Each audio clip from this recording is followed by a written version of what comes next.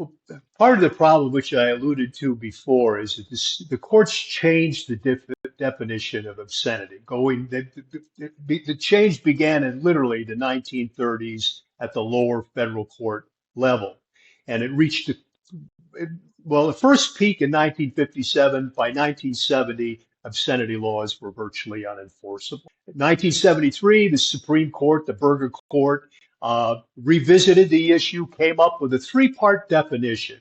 The material must, taken as a whole, appeal to the prurient interest and lack serious value. And in addition to that, it must depict hardcore sexual conduct. And I think that the court was trying to find a balance. And, between, once upon a time, if material was intended to incite lust, it could be prohibited.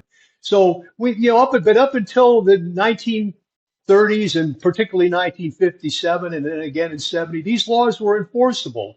But this three-part, I mean, the court meant well, they were trying to restrict the reach of obscenity laws to hardcore pornography. And part of the definition was that the material, if it was to be obscene, it had to depict hardcore sexual conduct.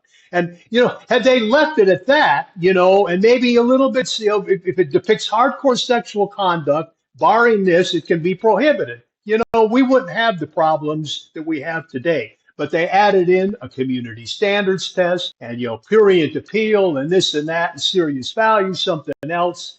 And by that time, it left the door open for pornographers' attorneys and pornographers to put up a good defense in any obscenity case.